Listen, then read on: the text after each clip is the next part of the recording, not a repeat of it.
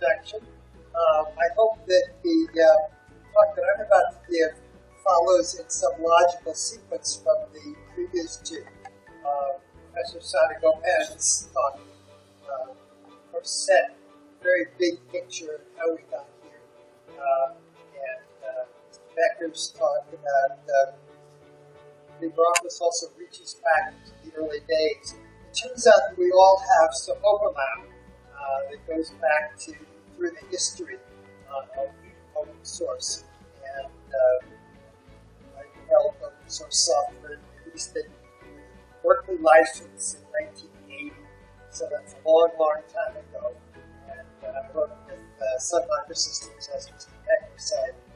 And I met Professor Sada Gomez here at Bangalore in one of the earlier versions of this conference in 2008. I met Professor Sada Gomez at IIIT Bangalore. So it's a very small world. We all come together and meet up after all these years. So, of course, the first thing to do is to congratulate EFY.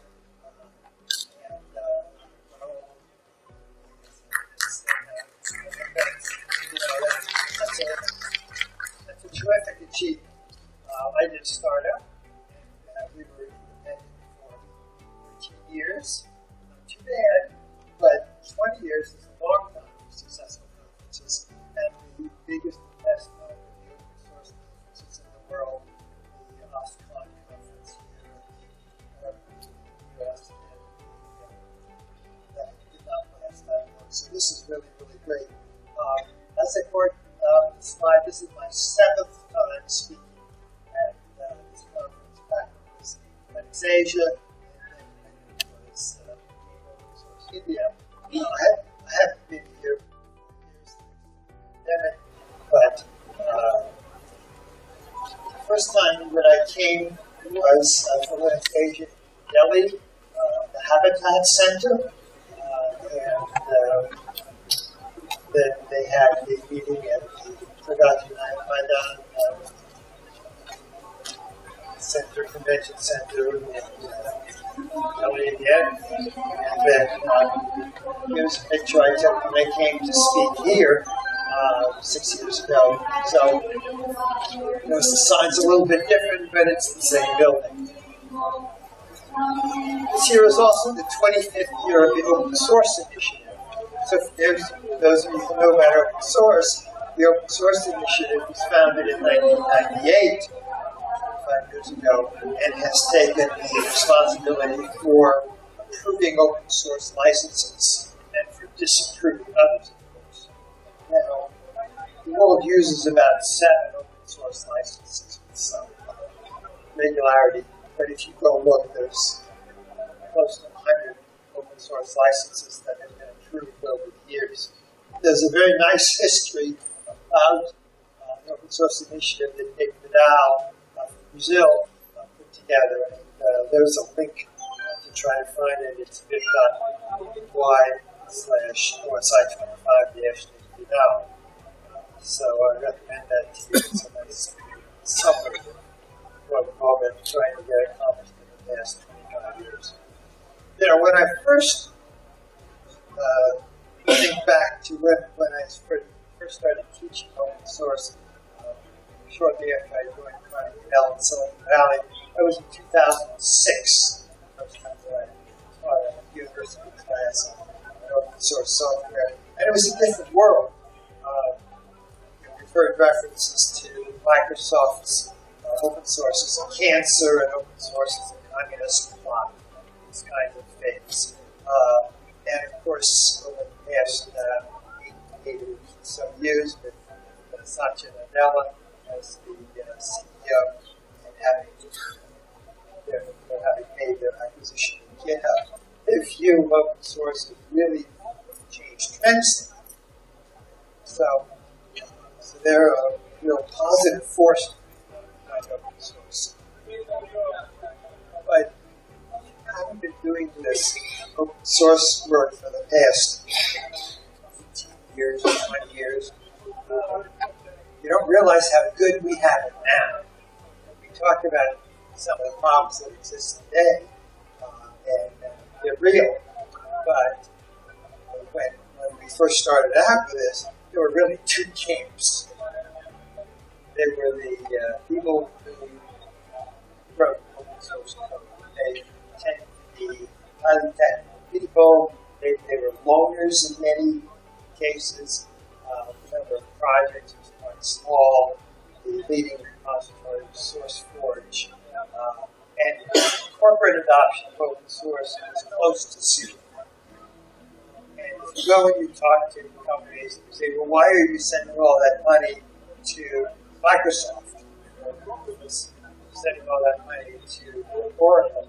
And you could be using MySQL or OpenOffice at the time. And their attitude was, we are for open source. And I can tell you, I went to companies and I said, well,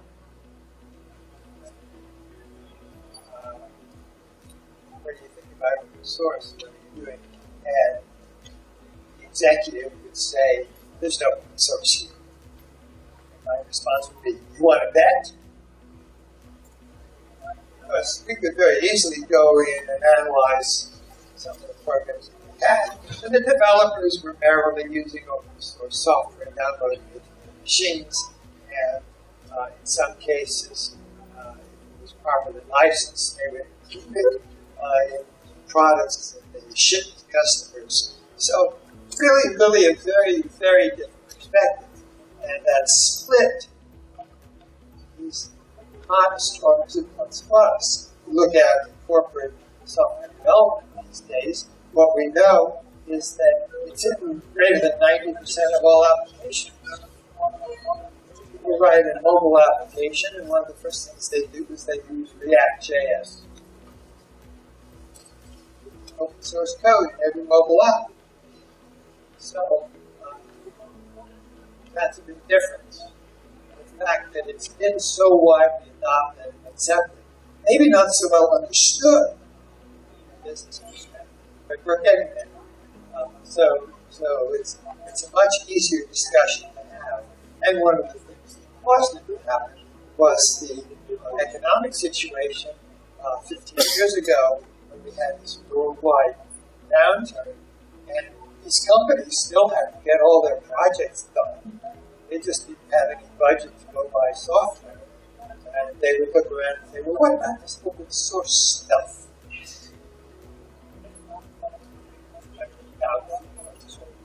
And they discovered that it mostly works most of the time. And that changed a lot of people's minds about it. And of course, what we've seen going forward has been this great number of projects that have been started up by SourceForge was replaced by GitHub before it was acquired by Microsoft. But now, if you go on GitHub and you pick one of your favorite companies, you'll see that they've contributed projects. That's the next stage of contributing. We talked earlier this morning, Professor Sadagopan, about using open source software. But Developer Nation implies not only that you're using it, but you're contributing back. Okay. Now, I want to talk about some of the reason I'm talking about some of this history is to help you understand how far we've come. That as we look back the 20 years of OSI or OSI is both Open Source India and the Open Source Initiative, so OSI is good. And of course, we have lots of events. The Linux Foundation has grown to be a huge organization. They run conferences in Europe and Japan and North America. And we have other major conferences like this one. So open source is really in the culture in a way that it wasn't when we first started doing this.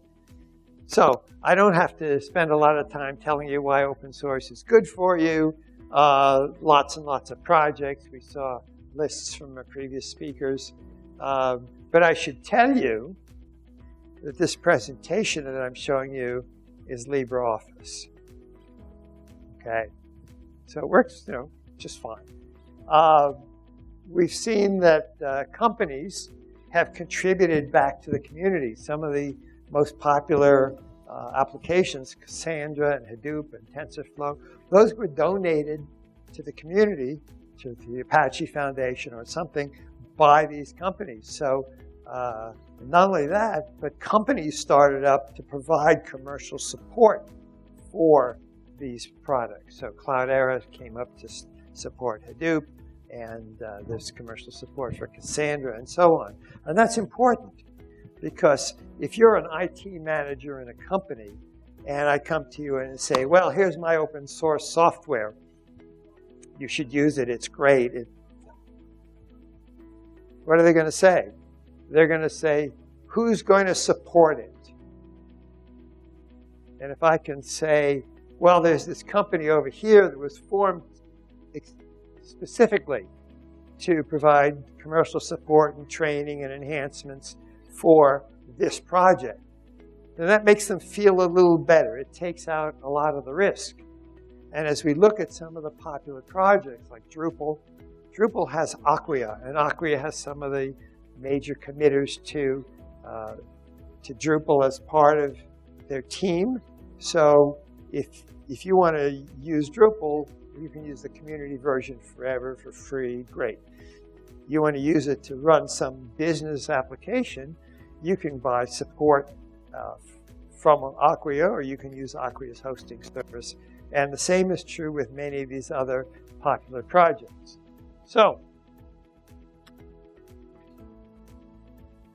the other thing, of course, goes back a long way, is in community-based open source, is that not all of the smartest people work for the same company.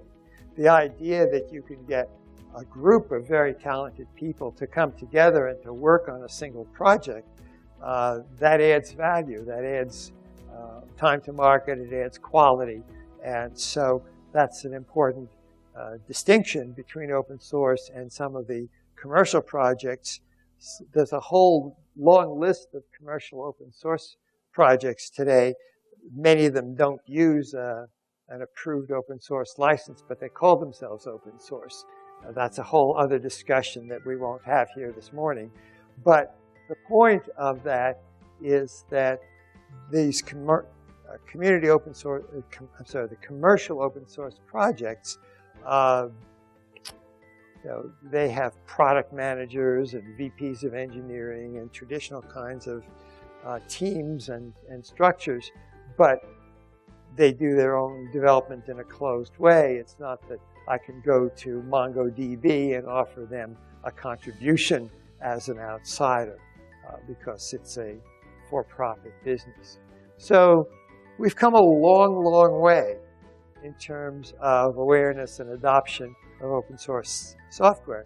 And in fact, the first talk that I gave back here in 2006 was about evaluation and adoption of open source software. I was part of a project called the Business Readiness Rating. And as you can imagine from that name, the idea was to evaluate a piece of open source software and figure out how ready it was to be used in a commercial environment, as opposed to just something that you might play with on a personal project. So that project went away, but it was replaced by OSS PAL. And, you can go find that. But the point here is that we've come from, in my path about what I've talked about here, we've talked about evaluation and adoption of open source software. And now as we talk about it today, we're talking more about how it's used inside these organizations. And that's a really major leap. One of the things that we've seen with open source software is a transition. And it's a transition not unlike the one that Professor Sadagopan talked about. So if you think about India, the first time I came to India, which was 2001, technology in India was call centers, and it was maintaining software that really wasn't being developed anymore actively by the original founders. And now what we talk about here is innovation. We talk about contributing new ideas and building new companies and building new software. Well, the same thing is happening with software in general, because what we saw for a long time is that open source software came along, and what did it do? It replicated the features and functions of existing commercial software. So LibreOffice is wonderful, but if you track back that history that Mr. Becker talked about, it was trying to do what Microsoft Office did. And MySQL was trying to do the things that commercial database systems did. And so they were followers, not leaders. And now what we have today are leaders. Right? So when you look to innovation in software technology, in artificial intelligence with Meta's like Llama language model or Hugging Face, you look at what's happened with the huge number of libraries that have been built up around Python to support machine learning and data science, containers, microservices. So when you put all that together, what you see is a transition in open source and in the whole software community from thinking of open source as following the leader to now being the leader. And that again is a very important step, and it's a very important reason to be aware of open source and to be contributing to projects where you can. So now you think about companies, and we had a little bit of discussion about why companies choose to use open source or they don't, or why individuals learn to use certain open source projects. But there is value, and there's been study after study that you've probably all seen about how the cost of ownership of open source software is less than the cost of ownership of proprietary software. And if you're a developer, if I'm managing you in some situation, what's my goal? I want to bring my product to market as quickly as I can, and I want it to be the highest quality that it can be. So what? It means I don't want to write code that I don't have to write. Okay. Do I need to write my own user interface library? Probably not, because there are a lot of very good ones that are out there. Do I need to write my own content management system? Well, 1,000 different content management systems are out there, but Drupal, WordPress, and a couple of others have 95% of that. So I'm going to choose an existing one. I want to write the fewest lines of code possible, because when I write code, it takes time and it introduces errors. So when we have proven open source software, that's an advantage for us. The other thing that happens, and one of the things we're going to talk about, is how do you bring open source into the company to make sure that the people who are developers in that company, or who are producing products, or who are responsible for some of the legal issues around the distribution of software products, the licenses, and so on. People have to understand how to use it. It's different, right? The licenses that come with open source software are different from commercial end user agreements and the like. And the last thing is that companies that use open source and that contribute to open source find that it's a very good way to identify talented developers who may be contributing to their public projects, and also when they recruit. One of the things that companies do today, at least in the United States, is they look at somebody's GitHub page. And if you've contributed to projects and you've written code, it's your own selling tool, and companies will bring people into these projects, and they'll hire people based on contributions to open source. So there are a lot of reasons why we need to be paying attention to it, not just the technology of it. Now, companies worry about some of these things when you ask them to contribute code back. They're afraid that every line of code that they've written is some valuable piece of intellectual property. Well, we know that's not true. We know that there's a small piece of every project that is the value added that a software vendor brings and tries to offer to their customers for a price. But a lot of what they build is infrastructure. That's why Cassandra was released as open source. Cassandra is not strategically important to the Facebook business model. So they gave it away. Thank you very much. But the other things that companies end up worrying about are releasing code to a public repository. There's a company in the United States called Comcast, and they're a large cable television provider. And it took them about 10 years from the first time that they were using open source software to the present time at which they're an active contributor. If you go out to GitHub and you look up Comcast, C-O-M-C-A-S-T, you'll see that there are a lot of Comcast contributed programs out there.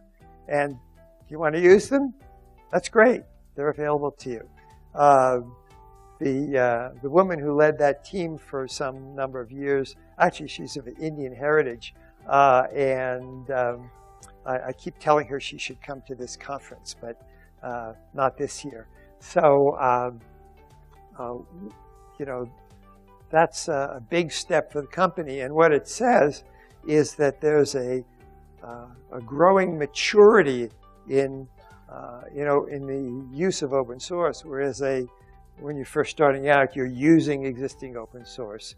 And at the later stages, the greater maturities, you're writing open source, you're contributing open source, you're involved in the community, and those kinds of things come over time because you can't always jump into the higher level. Last thing that I want to mention about the concern for enterprises, we have a lot of mergers and acquisitions. So if one company wants to take over another company, that company has its own intellectual property, and some of that intellectual property is code.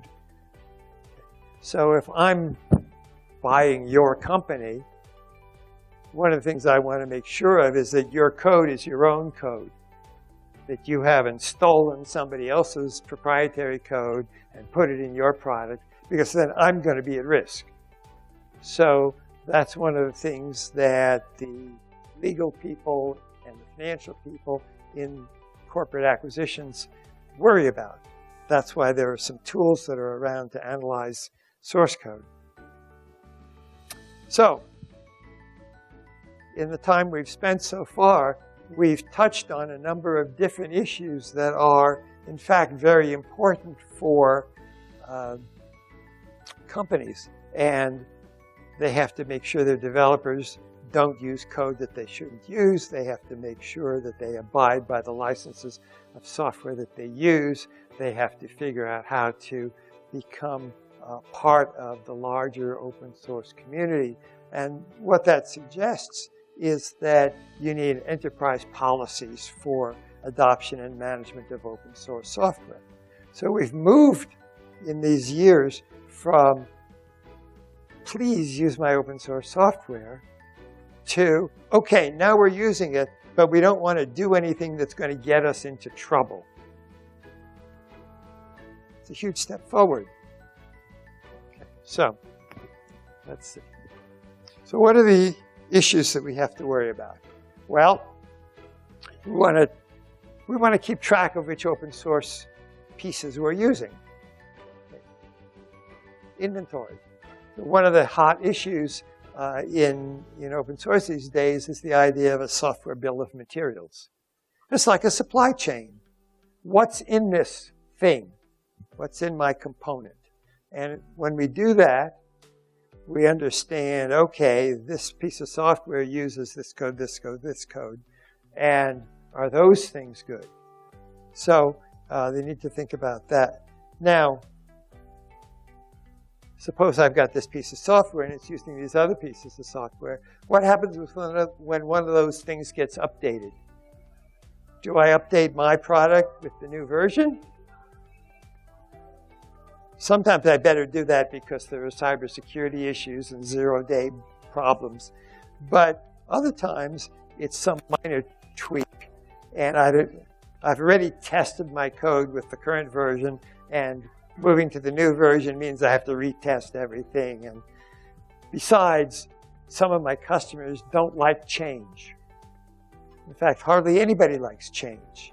So if I give you a new version every day, you're going to go running and screaming in the opposite direction because the project is not well managed. Companies have to comply with open source licenses, of course. They have to let people know when they've used open source in a project. Your television almost certainly has open source code in it. If you use a television from one of the Korean companies and you go to the systems page and it says about this TV and you click and a screen comes up and it has a URL that you can go to on the manufacturer's website, and it shows you which open source components they use and all the licenses and so on. And they legally have to do that, right? Because that's part of the requirement of the open source license.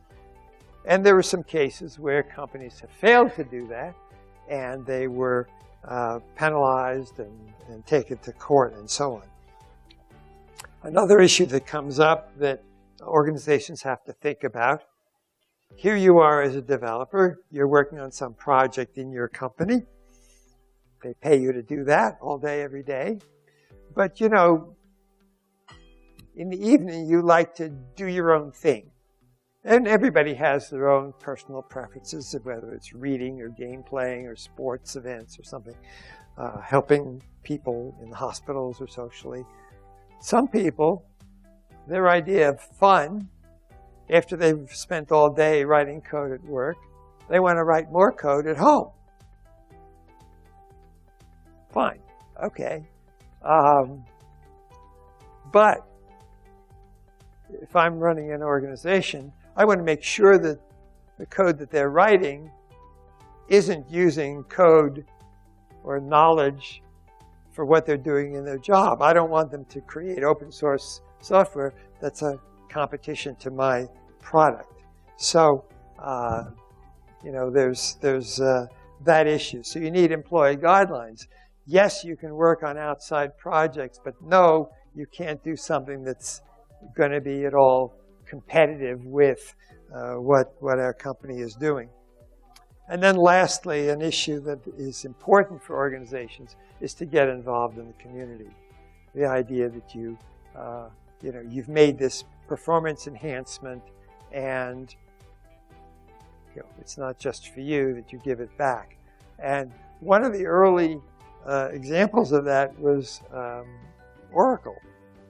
Oracle made a very important contribution to the efficiency of dealing with clusters and databases. And they contributed that back to the project, and that was really a very significant contribution. All right, so where do we start? Well, we start by creating an internal open source policy. And the first open source policies were created, to the best of my knowledge, the first ones were done by Hewlett-Packard in the late 1990s. There may have been others, but you know, not only did they create their internal policies, but they published them so that other people could take those guidelines and follow them. So who looks at the policy? Well, the people in charge of the company, right, because they have to sign off on them. The legal team, because they have to enforce them. The developers and their managers, because there are certain ways that you should be able to use other people's open source and certain ways that you can contribute open source and certain things that you can't do because they are competitive. And the other people who need to think about it is human resources, because they're doing recruiting, they're trying to find good people, and finding people who are contributing to your projects is a good starting point sometimes for finding talented people. So what's happened over the past really 5 or 6 years is this notion of an open source project office. And this has become a very important trend in companies using open source software. Because what it tries to do is to establish a set of policies for using free and open source software internally, and that includes putting it in products that are shipped to customers. Now, these days, a lot of products are not shipped to customers, but they're hosted.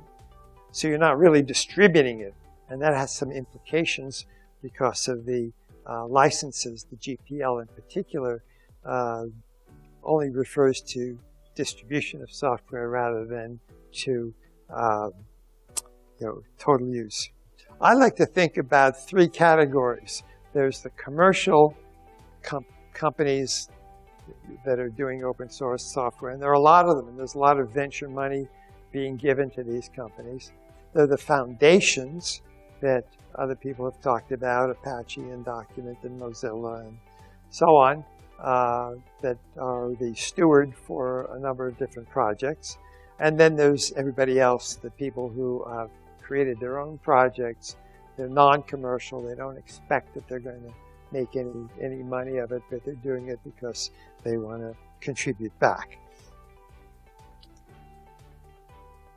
So another thing an open source project does is keep track of who's using what inside the company. Sometimes you introduce people to one another. You get into these big companies and they have 8 or 10 different divisions. And this guy is using version 4.3 and this person is using version 5.1, and just keeping track of who's doing what. Now, there may be perfectly good reasons for doing that. One of the projects that I built, we kept using Drupal version 7 even after Drupal 9 was out, because the evolution of the product made the old versions incompatible. So, it's taken a huge amount of work to redo it. We also have training that an open source project office does, right? So here's how you use free and open source software. Here are the guidelines, because the company has already established a set of guidelines for how to use open source. So you have to train everybody. And it's also more and more often it's used in the onboarding when you join a company. Part of what they'll do, you may spend a day or a week learning how things are done in your company or in your project, and very often that will include guidelines about how to use open source software. And then, of course, the open source project office is the interface between your company's use of open source and the outside world. So a lot of these companies work with the Linux Foundation, for example, or they contribute money to projects where that project is important to their business. But filtering this all through the central open source project office is a very good way to keep track of everything that's going on. Well, I don't expect you to read this slide, but I will make the slides available for anybody who wants it. But we have all these things that an open source project does that have nothing to do with writing code. It's working with the foundations that are doing important work. It's being legally compliant with the issues, and it's marketing yourself, marketing your open source role. So over there on the far right, the whole idea of community support and engagement, evangelizing your projects to get other people to use them, sponsor projects by contributing money or people, community events, all these kinds of things.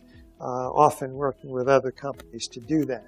So this open source project office, has, in many cases, has grown into a fairly substantial part of the business. So it's not just one person who's trying to handle all of these things. There are too many issues for one person to handle once you get big. So you set up an office with a director, and you have maybe somebody who's liaison with legal and somebody who's assigned to work with different kinds of community projects or conferences. So it can be a big job. Now, it's not all automatic. There are a lot of issues that are around these days around open source and how do you govern open source projects. One of the ones that's come forward in the past 3 or 4 years is the business of licenses. What happened for many years is we had, BSD and MIT and GPL and Apache and just a small number of licenses. One of the things that happened was that Amazon Web Services provides this massive collection of services and hosting in the cloud that's very, very widely used. And what they were able to do was to take any of these open source projects like MongoDB or Redis, these databases, and host them themselves. Okay? So, it works, but if you're Redis or you're MongoDB, you say to yourself, well, people used to be paying us for hosting the project, and now they're paying Amazon, and our income is going away. So that wasn't really a very good business model. So what they decided to do in several of these cases is that they created a new license. And it's called the server-side public license. And each of the companies did something a little bit different. But they all, for those of you who worry about open source licenses, they're all similar in some way to the Afaro GPL. Basically, if you or I, as an individual, want to see the source code of MongoDB, that's cool. We can do it. But we can't distribute it. The license has changed. Okay. So you no longer have the 4 freedoms. And what does that mean? That's not anymore an official, approved open source license. It's a proprietary license. So this is an issue that a lot of companies are dealing with these days, and it was caused by the cloud hosting situation. I mentioned earlier bill of materials. What are the pieces that are in my software? Where did they come from? Who's responsible for them? Is it maintained? Is it secure? Because it's easy to introduce a bug or a malware somewhere way out there, and it's used by this project, which then is adopted by that project, which is then adopted by this commercial product. And so somewhere way out there that you might not know about is the source of some serious piece of malware that you need to watch out for. So understanding what's in it. It's like food, right? The food that gets put on the shelves in the grocery store, there's a lot of care taken by government authorities and the like to make sure that everything that's in that food is safe. And so it's sort of the same thing. Okay. So the software supply chain can be the site of risks. And because what we're doing is trying to use existing software rather than writing our own, we have more and more of this being introduced. And there's now a way to specify all of these pieces of software, and it's called SPDX, the Software Package Data Exchange. There's a great website that I want to point you to. If you go to github.com, and then you go to ospology/OSPO book, it's got a lot of the lessons and the information about how to put together an open source project office. There's one other place I'm going to point you. I'm going to skip that. So if I want to learn more about open source government, Amanda Brock's book is really outstanding, the second edition of it, particularly if you're interested in the legal issues. But I think for many of us, the to-do group guides are really nice. If you go to todogroup.org, and it's sponsored by the Linux Foundation, what they've done is they've put together a set of guides, and there are about 20 of them. And the to-do group originally consisted of a lot of Silicon Valley companies that were doing open source software. These are companies that you've heard of, companies like Facebook, now named Meta, and some of the others that have importance, right? So that the people who are in those companies who are leading those open source efforts contributed to these guides, and the guides are terrific. So if you need someplace to get started, I would recommend that you go to the todogroup.org. It's all completely open. The licenses for the documents are Creative Commons, so you can use them and redistribute, edit them, and give them back just like open source code. Heather Meeker has written a good book on open source for business. The 4th edition is coming in December. So those are resources that I think you would find helpful if you're in the position in your company of wanting to make a more systematic organization for open source or create your own open source project office. So this finds me, Tony Wasserman at Gmail. And I always end my presentations with a picture. If you go to this website called Flickr, which you may or may not know about, flickr.com, and if you look for me there, I think I have 6,400 photos out there that have been taken over the past 20 years. This is the Golden Gate Bridge. Of course, everybody knows that it's world famous. Most of the pictures that you would see are taken from the other side of the bridge on the bay. And this is on the ocean side. So if you ever come to San Francisco, they have these tours where you get on this little boat and it comes out and goes under the bridge and turns around and goes back because they don't want to be in the ocean.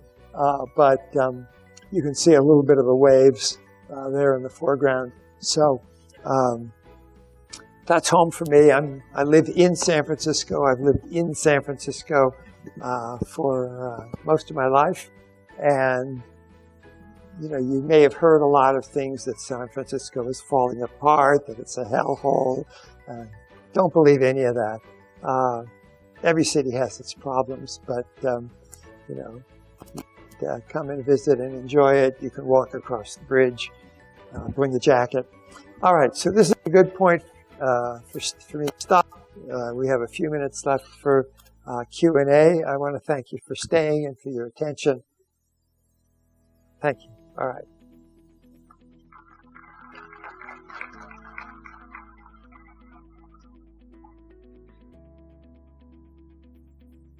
Anybody? I know it's lunch, right?